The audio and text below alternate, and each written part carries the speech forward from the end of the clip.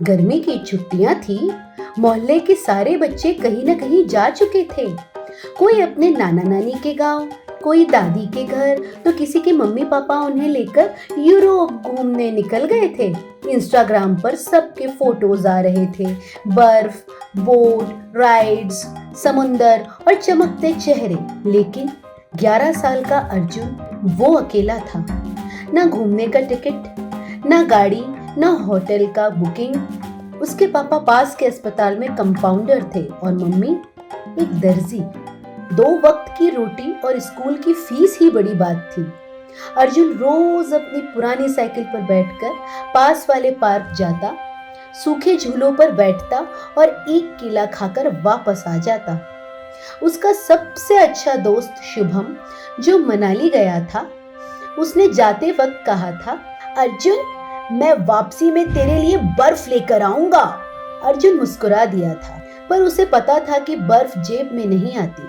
रात को वो छत पर लेटकर तारों को घूरता। उन चमकते हुए टिमटिमाते तारों में उसे हमेशा कुछ रहस्यमय दिखता, जैसे कोई उसे बुला रहा हो। उस रात भी आसमान में वो एक खास तारा देख रहा था, कुछ अलग, कुछ खास। अर्जुन ने धीरे से कहा, अगर तुम्हारे पास जादू है तो मेरे पास क्यों नहीं?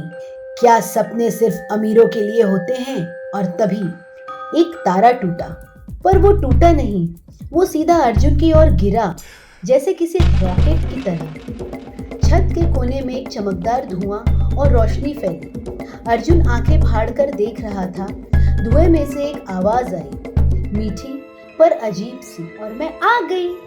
उस धुएं से निकली एक लड़की, नीली नीली ड्रेस, चमकते बाल और पंखों जैसे हाथ। उसने मुस्कुराकर कहा, मेरा नाम है सिम्पियोनिया, मैं परियों की रानी हूँ और तुम्हारा इंतजार कर रही थी। अर्जुन की धड़कनें तेज हो गई। परियों की रानी? क्या सपना था ये? सिम्पियोनिया ने हाथ बढ़ाया और कहा, चलो अर्जुन, अब तुम्हारी छुट्टियां शुरू होती हैं, वो भी ऐसी जो किसी ने कभी देखी नहीं होगी। अर्जुन की उंगलियां अब भी कांप रही थीं जब उसने सिम्पियोनिया का हाथ पकड़ा। जैसे ही उसकी उंगलियां उस चमकते हाथ से मिली, धड़ाम, एक झटका सा लगा और दुनिया गोल घूमने लगी। पर छत, मोहल्ला, घर सब पीछे छूट गया और फिर आंखें खुली। अर्जुन अब किसी और ही जगह था। चारों तरफ नीली घास थी जो चलने पर म्यूजिक जैसी धुन निकालती थी। पेड़ हवा में तैर रहे थे, बादल जमीन पर रेंग रहे थे और वहां का आसमान गुलाबी था, जिसमें 2 सूरज और 3 चांद चमक रहे थे। ये कहां ले आई हो मुझे? अर्जुन बोला, डर और हैरानी के बीच। सिम्पियोनिया मुस्कुराई, पर उसकी आंखों में चिंता थी। ये है सिमोरिया, हमारा परिलोक, मगर अब ये पहले जैसा नहीं रहा।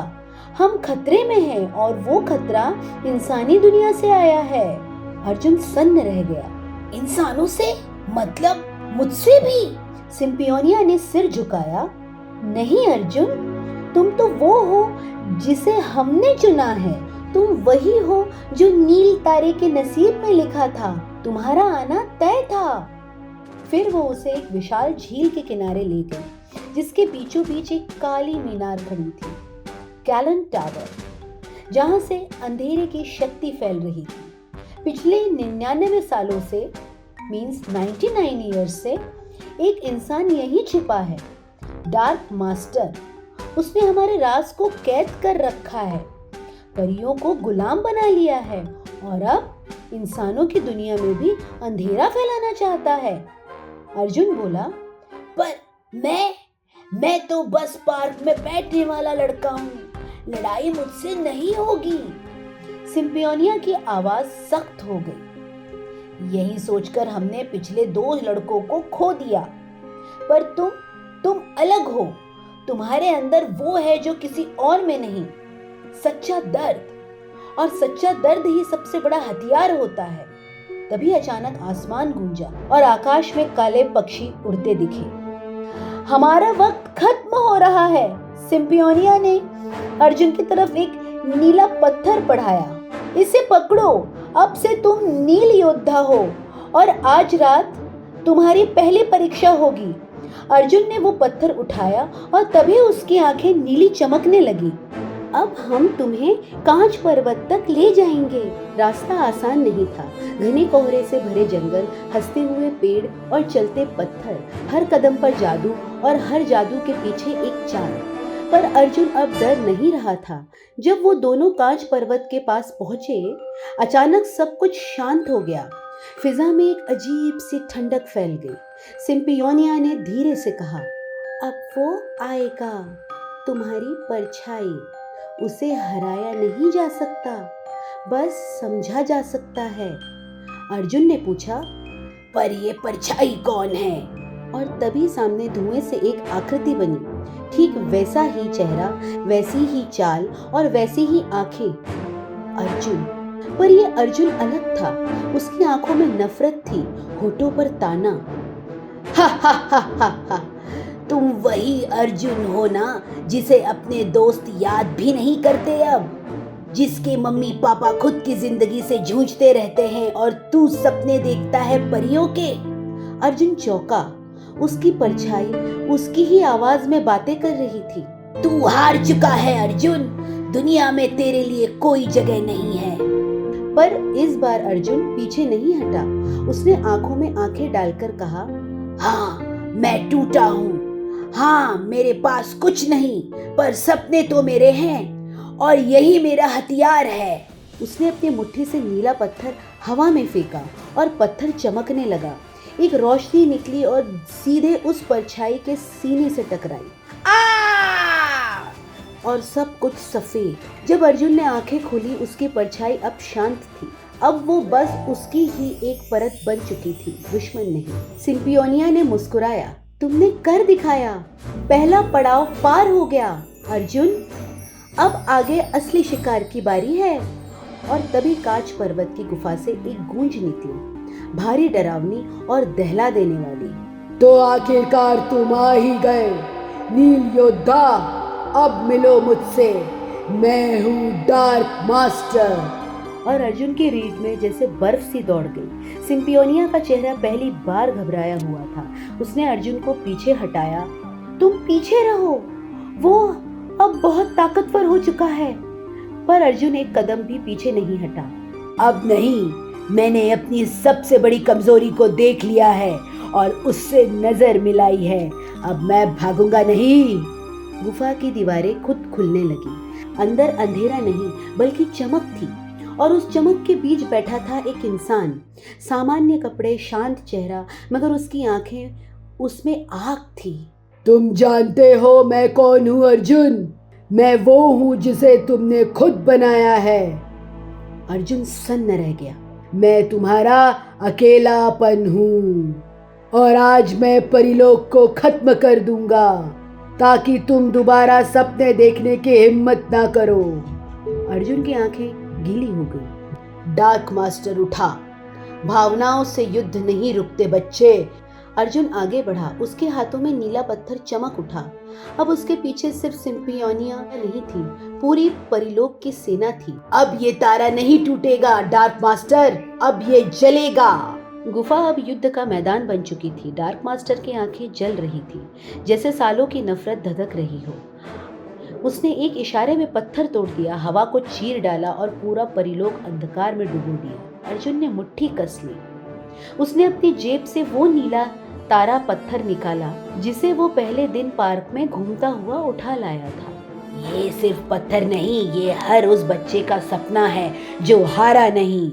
अर्जुन दौड़ा डार्क मास्टर की तरफ। उसकी आंखों में आंसू थे पर हाथों में विश्वास। दोनों भिड़े, जादू और हिम्मत, अंधकार और सपना, नफरत और विश्वास। हर बार अर्जुन को गिराता, पर हर बार वो फिर खड़ा हो जाता।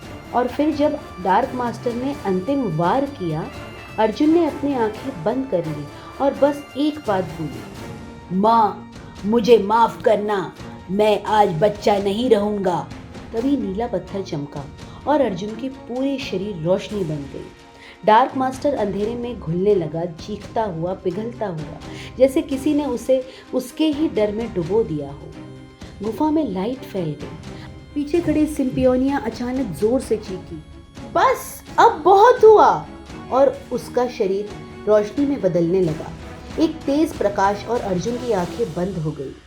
जब उसने आंखें खोली, सिम्पियोनिया अब परी नहीं थी, वो इंसान थी, और वो भी कोई और नहीं बल्कि अर्जुन की बहन आर्या। अर्जुन की सांसें रुक गई। हाँ, अर्जुन मैं ही हूँ। बचपन में जिस हादसे में मैं खो गई थी, उसी दिन मुझे परियों ने बचा लिया था। मैं यहीं रही और आज तक तुम्हें खोज रही थी।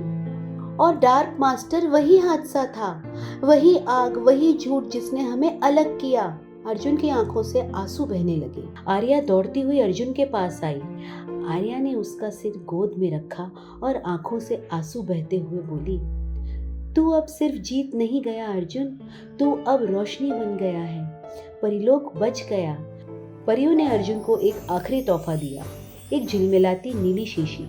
जब भी तू फिर से अकेला महसूस करे, इसे आसमान की तरफ खोल देना, हम लौट आएंगे। कुछ हफ्तों बाद अर्जुन वापस पार्क में था। वहीं टूटा सा बेंच, वहीं सूखा झूला। वो बदला हुआ था, शांत, आत्मविश्वासी, और उसके हाथ में वही नीला पत्थर। अरे अर्जुन, तेरा समर कैसा रहा? अर्जुन ने मुस्कुराकर कहा, बस यार, एक कहानी थी, पर अब पता चला तारे टूटते नहीं, वो अंदर से मजबूत हो जाते हैं। और फिर अर्जुन ने आकाश की तरफ देखा। एक तारा टूटा, पर इस बार अर्जुन ने आंखें बंद नहीं की। उसने मुस्कुराते हुए कहा, देख रहा हूँ दीदी, मैं अब डरता नहीं।